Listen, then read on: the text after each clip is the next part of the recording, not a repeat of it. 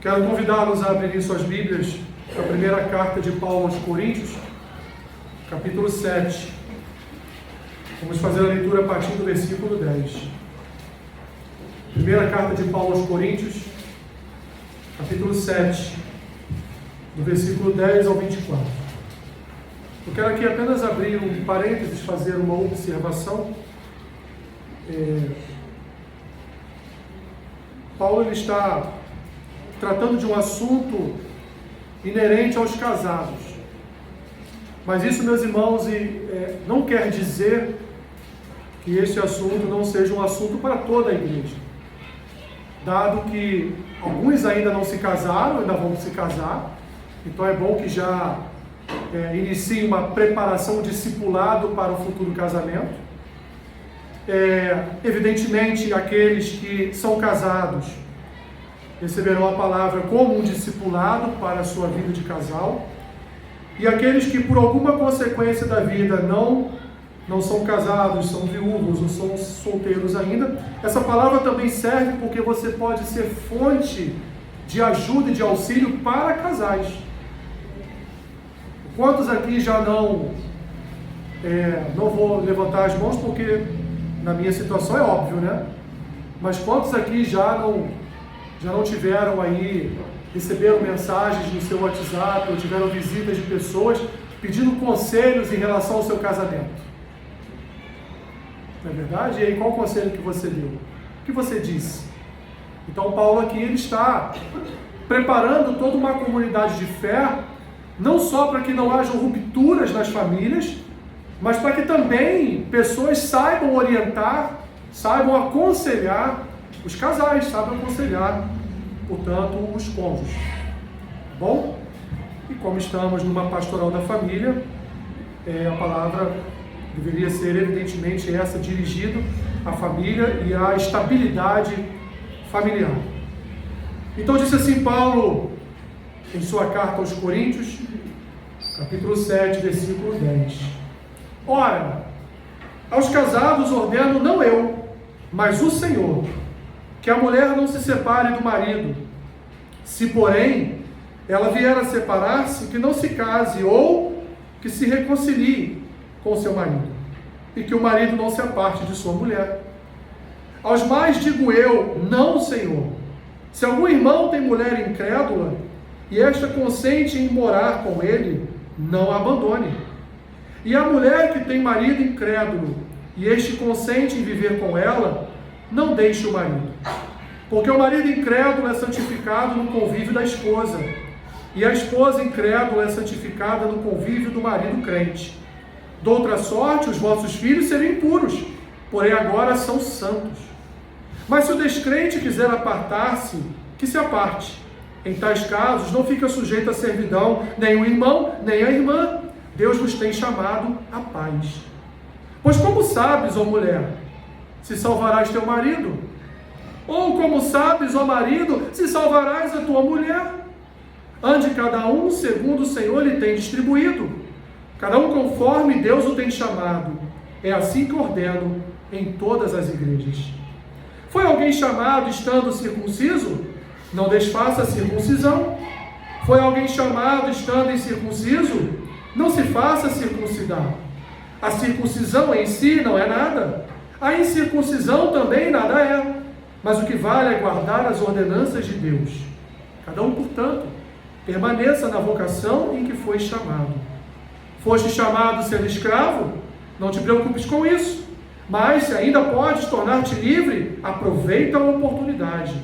Porque o que foi chamado no Senhor sendo escravo, é liberto do Senhor. Semelhantemente, o que foi chamado sendo livre, é escravo de Cristo. Por preço fostes comprados. Não vos torneis escravos de homens. Irmãos, cada um permaneça diante de Deus naquilo em que foi chamado. Senhor, a palavra é tua, ela não é minha. Foi o teu Espírito Santo que divinamente revelou ao apóstolo Paulo e o conduziu a escrevê-la aos crentes em Corinto.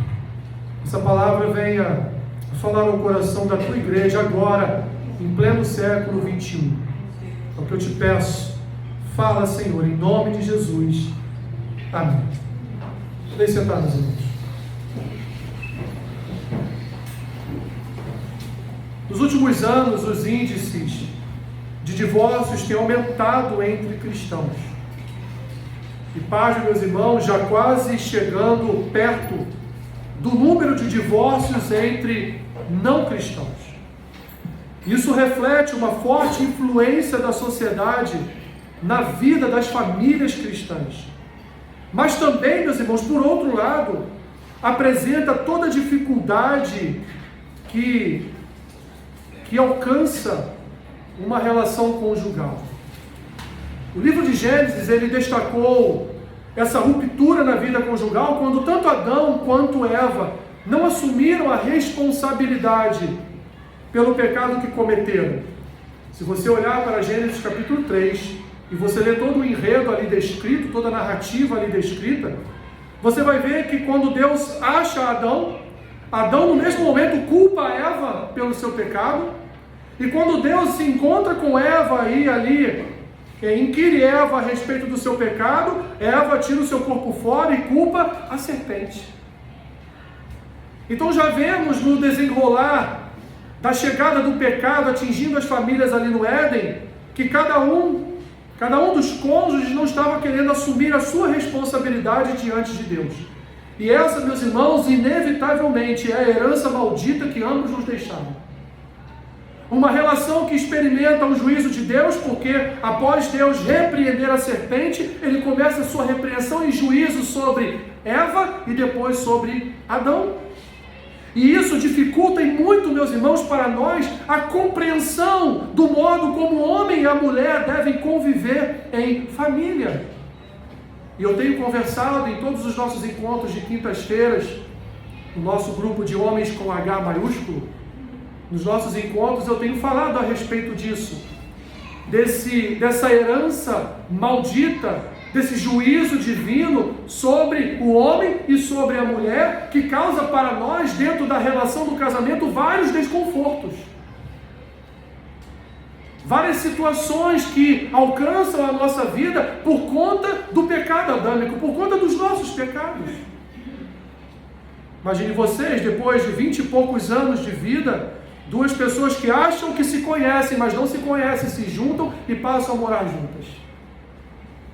Que dificuldade tremenda é isso. No entanto, meus irmãos, o mesmo texto de Gênesis destaca que Deus haveria de um dia no futuro intervir para resgatar e redimir o homem do seu pecado, através do nascimento do filho da mulher, que seria o responsável por destruir todas as obras da serpente.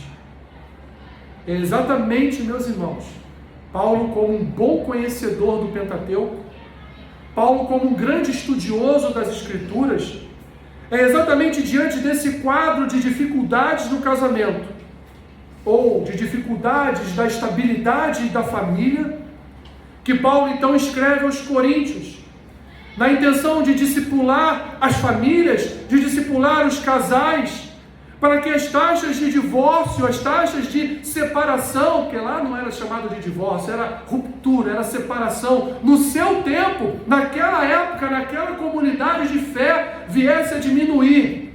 Tamanha era, minhas irmãs e meus irmãos, a imoralidade na cidade de Corinto, que estava ali alcançando as famílias da igreja de Corinto.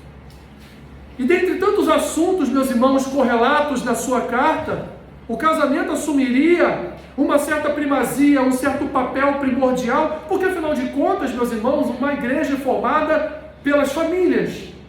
E quando famílias rompem, quando famílias sofrem rupturas, a igreja também sofre com essas rupturas. A igreja também sofre com essas separações. Então, diante de tantos assuntos que Paulo cuidou aqui na carta, na sua carta, nas suas duas epístolas aos Coríntios, ele destaca a importância do casamento, tendo em vista, meus irmãos, os vários problemas existentes ali na igreja da cidade de Corinto. Vários problemas esses familiares. Imoralidade, sexualidade e tantas outras coisas, pecados terríveis, como um jovem coabitando com a sua madrasta junto com seu pai. Os dois, sendo claro, dividindo a mesma mulher. Isso acontecia na igreja de Corinto. As mulheres iam para os cultos vestidas de forma a sensualizarem os homens da igreja. E tantas outras coisas que estavam acontecendo naquela igreja.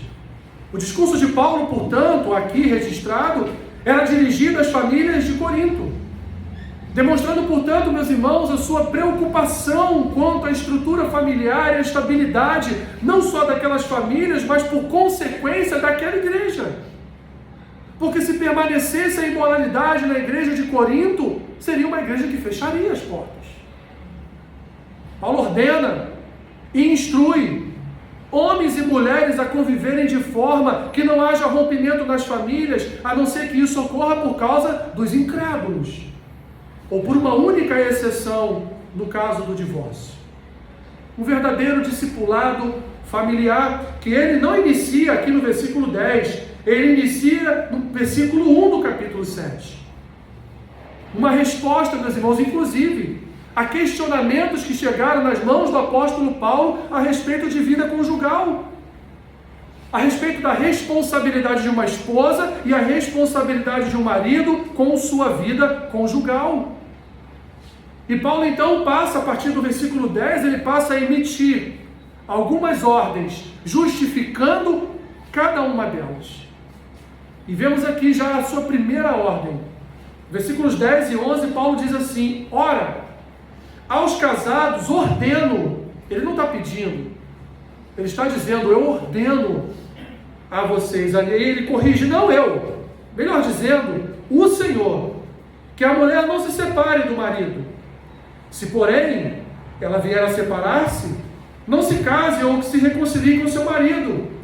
E a sua ordenança é a mesma para o marido, que o marido não se aparte da sua mulher. Paulo deixa claro aqui, meus irmãos, que essa ordenança, em primeiro lugar, não é dele. Isso é uma ordem do Senhor.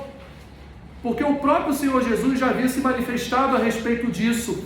Em Mateus capítulo 19, versículo 9. Jesus vai dizer que o homem não pode de forma alguma abandonar a sua mulher. Que se assim ele o fizer, ele não pode se casar de novo, e aquela que foi rejeitada também não pode se casar novamente, sob pena de cometerem adultério.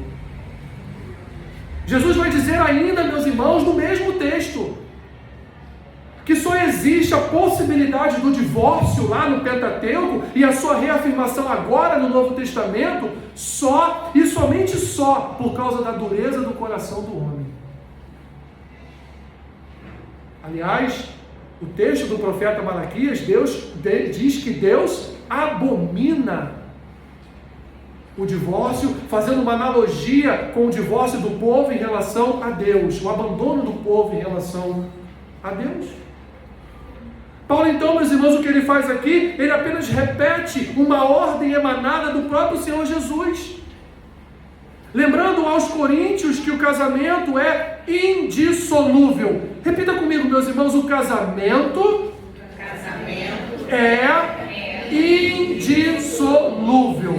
E para isso há uma única exceção, que é o adultério. Novamente, por causa da dureza do coração do homem. Mas mesmo assim, meus irmãos, o Senhor Jesus já havia comentado que o divórcio em qualquer situação, mesmo na exceção, só acontece por causa do coração do homem. Porque Jesus coloca o ato de perdoar acima de qualquer pecado. Que difícil, meus irmãos. Que dificuldade o nosso coração receber essa palavra. Que dificuldade o nosso coração entender que o perdão está acima de qualquer pecado, meus irmãos, mesmo aqueles que são cometidos contra você. O objetivo do Pai de Paulo, portanto, aqui, meus irmãos, é ensinar aquela igreja a manter a unidade e a estabilidade familiar, conciliando aqui pecado e graça, de forma a atender à vontade de Deus sobre as famílias. Quando nós olhamos para Gênesis, o que nós vemos Deus falar a respeito de Adão e Eva é: os dois se uniram e formaram uma só. Acabou, meus irmãos, não tem como. Quando nós vamos lá em Eclesiastes, o sábio Eclesiastes diz que o cordão de 3 dobras não se arrebenta com facilidade. Um coração abençoado diante de Deus, ele tem uma 3ª dobra ali, o Espírito Santo está ali. E ele que está segurando aquela união, ele que está segurando aquela unidade, ele que está conduzindo a estabilidade daquela família. Essa, meus irmãos, não se engane, essa é a vontade de Deus para todas as famílias. A união, uma só carne, como já disse aqui lá de Gênesis, é o fundamento, é a primazia para o casamento. O homem de forma alguma pode quebrar esse fundamento, porque esse fundamento não foi estabelecido por homens. É um fundamento estabelecido por Deus desde o início, sob pena de romper com o propósito divino, não só para as famílias, mas para as igrejas. Porque, repito, uma comunidade de fé é formada pelas famílias. Então, meus irmãos, se você gosta de jargões evangélicos, então utilize um bom jargão: crente não se separa.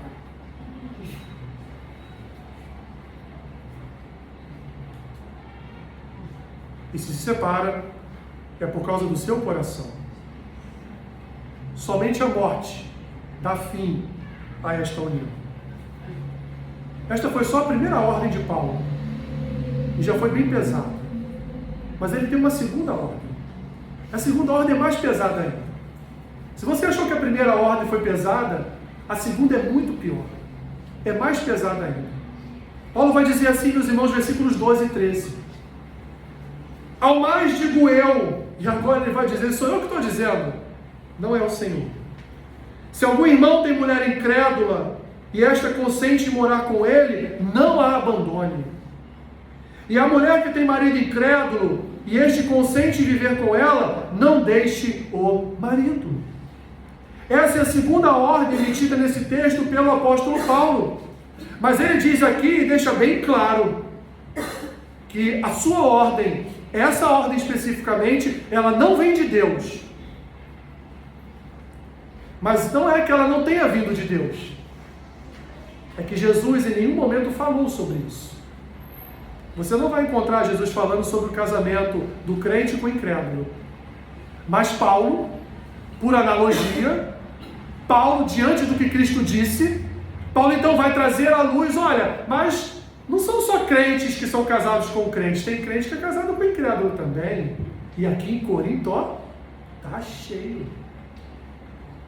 E uma das perguntas principais que fizeram para o apóstolo Paulo foi exatamente isso: e aqueles que são casados com os incrédulos, a hora que quiser podem abandonar?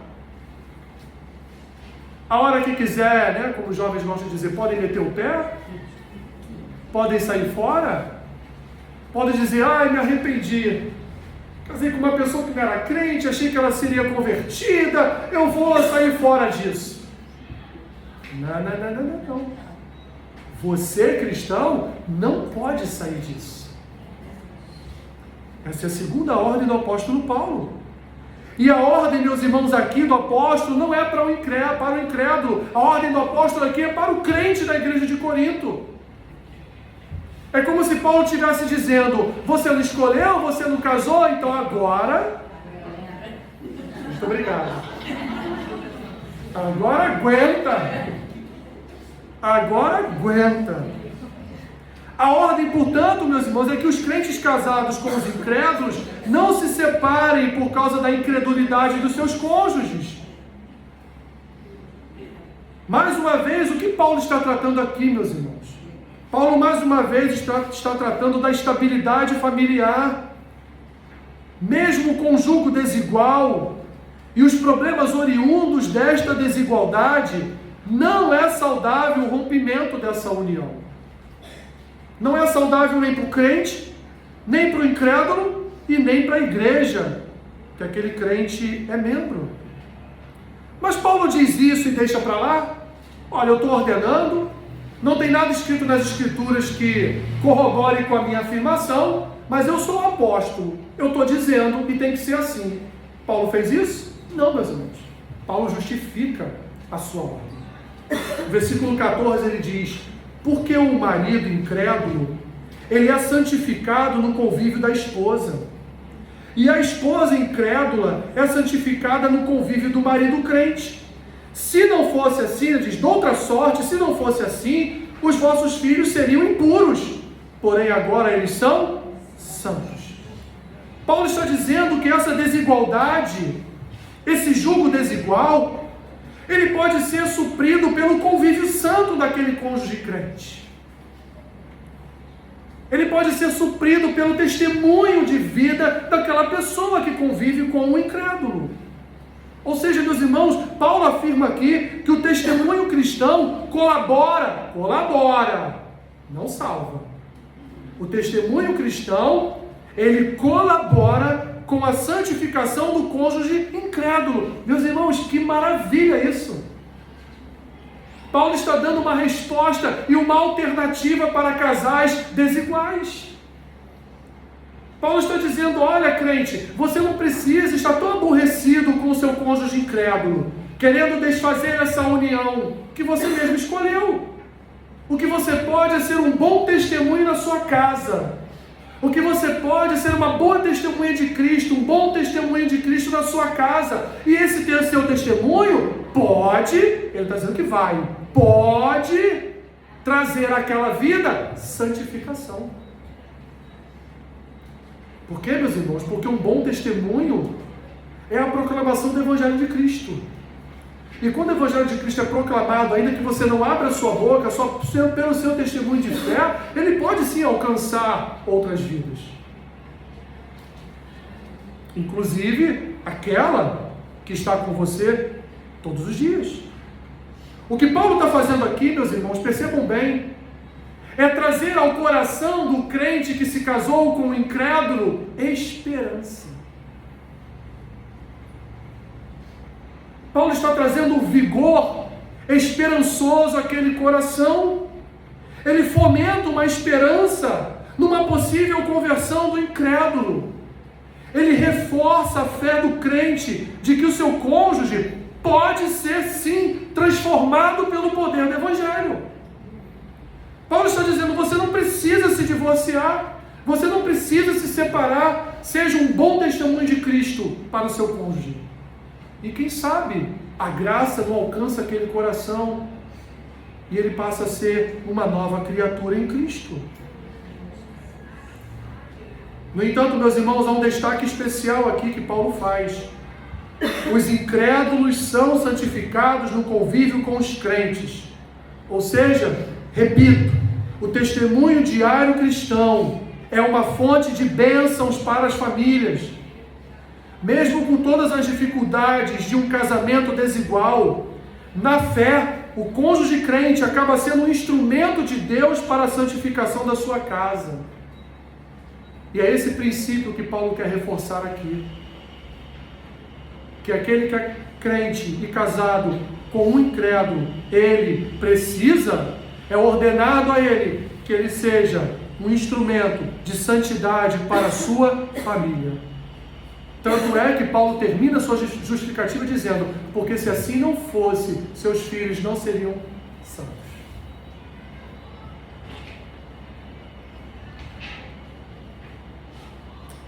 No entanto, como em tudo nessa vida há exceção, Paulo vai trabalhar com esta nova exceção.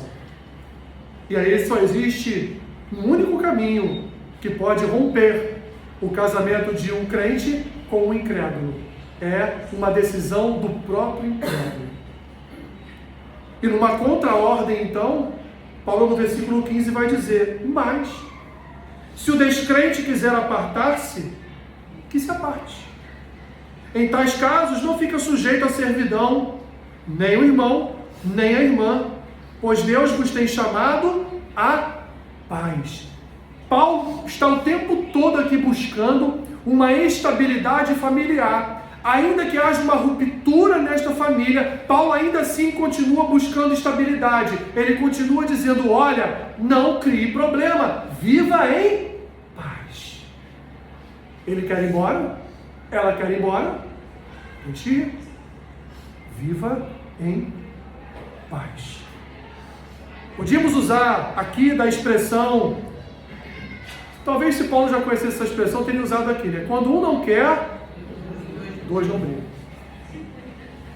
Eu poderia ter complementado aqui com essa expressão. O que é? Dois não brigam. É isso que você quer? Então, tchau e bênção. O intuito de Paulo aqui, meus irmãos, mais uma vez, repito, é a manutenção da paz familiar. Ainda que haja uma ruptura nesta união, o importante para Paulo é a manutenção da paz. Ou seja, mais uma vez, Paulo exorta homens e mulheres cristãos a serem testemunhos da sua fé. A serem testemunhas da sua fé. Não briguem. Não crie confusão. Porque o incrédulo, a incrédula quer ir embora.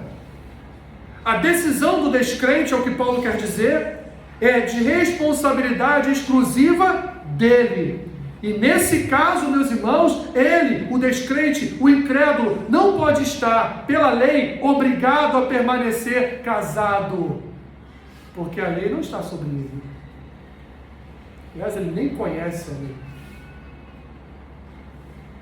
Não é verdade? Ele nem conhece a lei. Ele só ouve falar.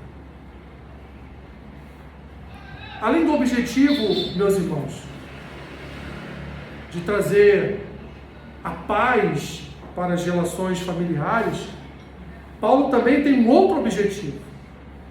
E o outro objetivo de Paulo é ensinar. E aí talvez seja a parte mais complicada, por causa do nosso coração. Paulo quer ensinar, meus irmãos, que todas as coisas estão debaixo da soberania de Deus na história. E aí ele vai falar do versículo 16 ao 19 o seguinte: pois, como sabes, ó mulher, se salvarás o teu marido? Ou, como sabes, ó marido, se salvarás a tua mulher? Ante cada um, segundo o Senhor lhes tem distribuído. Cada um conforme Deus o tem chamado. É assim que ordena em todas as igrejas. Foi alguém chamado estando circunciso? Não desfaça a circuncisão. Foi alguém chamado estando incircunciso? Não se faça circuncidar. A circuncisão em si não é nada, e a incircuncisão também nada é. Mas o que vale é guardar o quê? As ordenanças de Deus. O que Paulo está querendo dizer aqui, em resumo, meus irmãos, é: nós não temos o poder de salvar ninguém.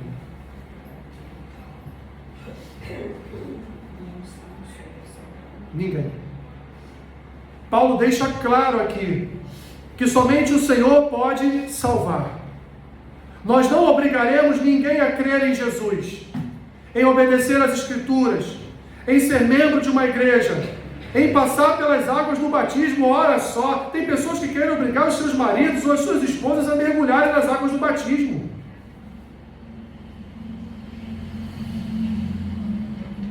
O cara é um incrédulo. A mulher é uma incrédula. Mas o seu cônjuge crente quer, porque quer obrigá-la a passar, achando que as águas do batismo são águas em que o anjo está ali movendo, né? Quem mergulhar primeiro recebe a bênção, né? Já vimos esse texto. Não. A escolha não é da piscina em que ele é mergulhado, ou ela. A escolha não é sua.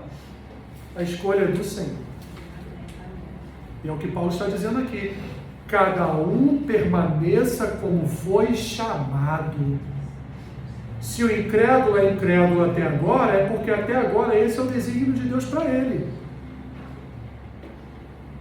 Se o crente é crente, é porque o desígnio de Deus para o crente é que ele seja crente. Difícil, né, meus irmãos? É a soberania de Deus. Meus irmãos e irmãs, vocês não podem obrigar os seus cônjuges a andarem com Cristo. Pode trazer na igreja, pode trazer nas festas da igreja, pode trazer em qualquer evento, em qualquer outro lugar, que seja um evento cristão, mas você não vai obrigar o seu cônjuge a andar com Cristo. você não tem a capacidade de regenerar o coração dele ou dela. E é isso que Paulo está ensinando. Cada um permaneça como está, porque humanamente falando, meus irmãos, não há o que fazer, só orar e esperar em Deus a conversão dessa pessoa. Então Paulo está dizendo que, olha, não ocupe o seu coração com esta preocupação, permaneça como você está. E aí, entre ordens justificativas, Paulo vai trazer exemplo. Ele vai trazer um exemplo do seu tempo. Você olha esse texto aqui e diz, caramba, Paulo do nada sai do casamento e entra no escravo. O que tem a ver o escravo com o casamento? O que Paulo quis dizer aqui? Quando a gente lê pela primeira vez esse texto, a gente fica, não, acha que houve uma ruptura, mas não, há uma continuidade. O texto, ele é contínuo. Paulo continua falando daquilo ali. Não há ruptura, não. Ele traz um exemplo. Versículos 21 e 22. Foste chamado sendo escravo? Não te preocupes com isso. Mas se ainda podes tornar-te livre, aproveita a oportunidade. Porque o que foi chamado do Senhor sendo escravo é liberto do Senhor. Semelhantemente, o que foi chamado sendo livre é escravo de Cristo Jesus. O que ele quis dizer aqui? Ele traz um exemplo, meus irmãos, aplicando uma analogia para explicar. Por exemplo, o escravo dos tempos de Paulo, ele podia comprar a sua liberdade do seu senhor. Aliás, ele juntava as suas economias, porque o escravo grego ou romano recebia um salário. O modelo de escravatura dos tempos do apóstolo Paulo não é o mesmo que nós conhecemos na história da humanidade. Era um outro conceito de escravo. O escravo recebia pagamento. E muitos escravos passavam anos guardando aquele pagamento ou partes daquele pagamento para um dia comprarem do seu senhor a sua liberdade. Então Paulo está aqui fazendo uma analogia. Ele está dizendo, olha, meus irmãos, por exemplo, o escravo, ele pode juntar o dinheirinho dele e pode comprar a sua liberdade. Mas vejam bem, não é assim que funciona diante de Deus. Nós não podemos comprar a nossa salvação. Você não pode decidir que o seu cônjuge vai ser salvo. Você não pode fazer isso. Paulo traz tanta importância a essa união chamada casamento, meus irmãos, que ele pega algo que da sua sociedade era algo extremamente cruel, que era um ser escravo, e ele traz essa realidade do escravo podendo comprar do seu senhor a sua liberdade, fazendo uma analogia com o casamento, de que nós não podemos comprar liberdade e salvação do nosso cônjuge. Só que Paulo não vai parar por aí, meus irmãos. O que ele está dizendo aqui, e ele vai completar nos versículos 23 e 24, olha aí. Ele vai voltar a falar dos casados. Ele vai voltar a falar dos crentes casados. Ele não está mais falando aqui do escravo. Por preço fostes comprados. Não vos torneis escravos de homens. Irmãos, cada um então permaneça naquilo que foi chamado. Diante de quem? Diante de Deus. Paulo está falando aqui da soberania de Deus, meus irmãos. E é a soberania de Deus que determina a salvação de uma vida. E pasmem, aqui no caso, não foi o escravo que pagou por sua liberdade, mas foi o seu senhor que pagou pela liberdade do escravo. O que Paulo está dizendo, ele sai da ruptura de uma união entre crentes, de uma união entre o crente e o incrédulo.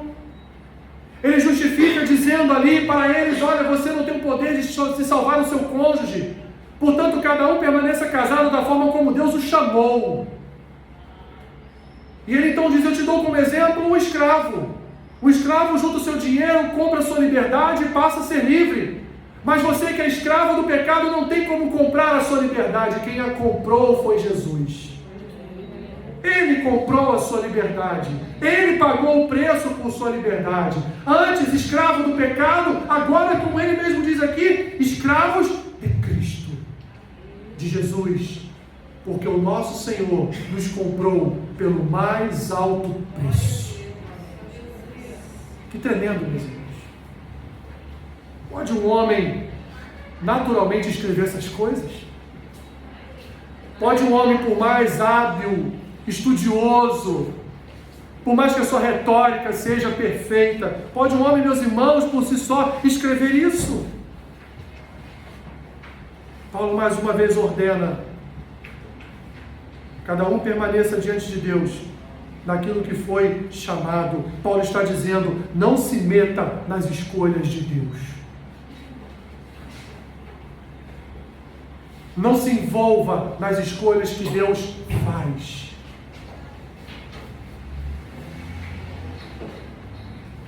Se você era um escravo e foi comprado por um alto preço, então, dê glória a Deus por isso. Paulo vai dizer: se você então foi liberto no Senhor. Mas se quem está com você não foi liberto, você não vai conseguir pagar ao Senhor o preço pela libertação. Por mais que você faça, por mais que você ore, tem que orar mesmo, por mais que você jejue, tem que jejuar mesmo, por mais que você de vez em quando consiga separar um tempo na sua casa e fazer lá um devocional, e consiga lá fazer um culto doméstico, por mais que humanamente falando você faça tudo aquilo que esteja ao teu alcance fazer, a decisão final, o preço final não é você que paga, é o Senhor. Não somos nós. Concluindo, meus irmãos, o que Paulo está dizendo àquela igreja, e diz também a todos nós. Em primeiro lugar, que os crentes, portanto, não se separem. Com uma exceção, por causa da dureza do seu coração. Em segundo lugar, ele vai dizer que os cônjuges crentes sejam boas testemunhas para os cônjuges incrédulos. E que esse testemunho poderá servir de um instrumento de graça para a salvação daquele crente incrédulo. Talvez você conheça várias histórias de um crente, uma crente casado lá com um incrédulo, com uma incrédula, e em determinado momento das suas histórias, a graça alcançou aquela vida e salvou. Talvez você conheça alguns casos, porque o testemunho daquele crente serviu como instrumento nas mãos do Senhor para salvar aquele incrédulo. Mas, meus irmãos, ele também dá outra ordem: se o incrédulo quiser se separar, não briga não, deixa aí, mantenha sempre a paz. Mas não é manter a paz por manter a paz, é manter a paz como um testemunho de fé, mostrando para aquele crente, para aquela crente incrédulo ou incrédula, que a sua confiança não está no fato dele estar indo embora, a sua confiança está no Senhor. Vai embora? Quer ir embora? A responsabilidade é só sua, não é minha. Eu estou em paz diante de você e diante do meu Senhor. Por que, meus irmãos? Paulo vai justificar. Porque não podemos salvar ninguém. E nós também nem sabemos quem será salvo. Não é verdade? Nós achamos que esse irmão, que essa irmã que está aí do nosso lado vai ser salvo, né? É um salvo. É o que nós achamos. Mas nós não olhamos, vemos o coração das pessoas. Nós não conhecemos o coração dos nossos irmãos. Só Deus conhece. Só Ele sonda corações. Só Ele já tem os nomes escritos no livro da vida. Não fomos nós que tivemos acesso ao livro da vida e escrevemos lá os nossos próprios nomes. A festa é dele, não é nossa. Somos convidados.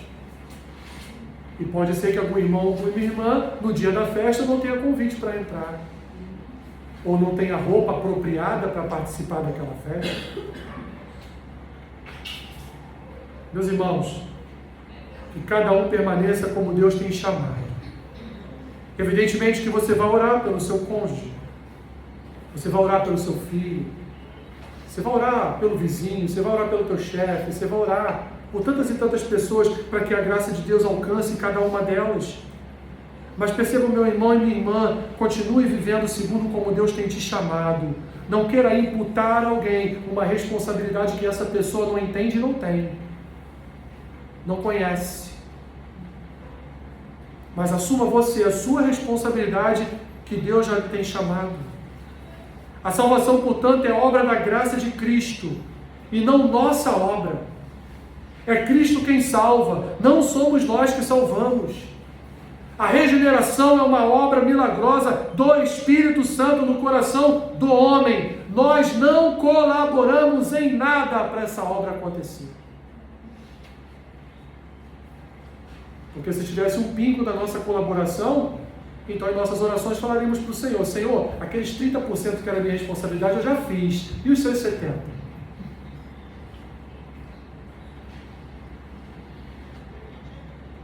Por isso, meus irmãos, que Paulo ele vai terminar esse texto mais uma vez dizendo que cada um deve permanecer diante de Deus naquilo que foi chamado. Concluindo, Paulo queria famílias estáveis na igreja de Corinto. Paulo estava ali trazendo ensinamentos para a proteção das famílias. Paulo estava ali fazendo um discipulado para aquelas famílias, para que elas soubessem resolver os seus questionamentos, para que elas entendessem que Jesus é que pagou o preço pela libertação do escravo. E foi Jesus que pagou um alto preço para que uma pessoa fosse regenerada. Que é Jesus, pelo seu Santo Espírito, que habita em nossos corações. Nós não habitamos no coração de ninguém. Nós não temos o poder de alcançar o coração de ninguém. Só o Senhor Jesus. Então, meu irmão, minha irmã, leve em seu coração essa semente de que a sua luta deve continuar a ser em orar, em perseverar em oração, em jejuar, em batalhar com as armas que Deus tem nos dado. Palavra, oração e jejum. Essa é a nossa luta diária. A nossa luta não é contra a carne. A sua luta não é contra o seu cônjuge. A sua luta é contra principados e potestades. A sua luta é contra os poderes dominadores deste mundo tenebroso, como diz o apóstolo Paulo. A sua luta não é contra o seu companheiro, contra a sua companheira, independente de ser crente ou não. A sua luta não é contra ele ou contra ela. A sua luta é contra os poderes dominadores desse mundo. A sua luta não é contra o seu filho, não é contra a sua filha, não é contra o seu sobrinho, não é contra a sua sobrinha. A sua luta é contra o poder que domina a vida daquela pessoa. Portanto, acolha em amor, em graça. Seja um testemunho de Cristo sobre esta vida, para que você possa ser um instrumento nas mãos de Deus, um instrumento nas mãos de Deus para a condução daquela vida, ou para a preparação daquele coração para receber o Evangelho da graça, para receber a ministração que só o Espírito Santo pode fazer. E que nenhum de nós temos o poder, a autoridade ou a liberdade em Deus para fazer, que é salvar. Senhor, o quanto é difícil nos entregarmos por completo à Tua vontade. Mas a Tua palavra diz que a Tua vontade é boa, é perfeita e é agradável. Ensina-nos a descansar em Ti, Senhor. Ensina-nos, Pai, a andarmos conforme temos sido chamados e a compreendermos definitivamente que a salvação, ela provém da Tua graça sendo derramada no coração do incrédulo. Temos aqui, Pai, vários representantes de famílias que têm suas lutas e suas dores diárias. E, portanto, nós queremos nesta manhã pedir ao Senhor que Tu venhas alcançar o coração do incrédulo que convive com algumas destas pessoas. Porque esta pessoa não tem como, Senhor. Porque a salvação vem de Ti, e somente de Ti. Por isso que depositamos a nossa confiança no milagre. Porque Tu és Senhor de milagres. Tu és Senhor que converte o coração de pai ao filho e do filho ao pai. Tu és Deus, Senhor, que uniu para que não houvesse separação. E portanto, ó Deus, que haja conversão, regeneração, libertação, pois o preço já foi pago por Ti, Senhor. Liberta, convence, regenera e salva, para que o Teu nome seja glorificado. Em nome de Jesus. Em nome de Jesus. Amém. Fique de pé.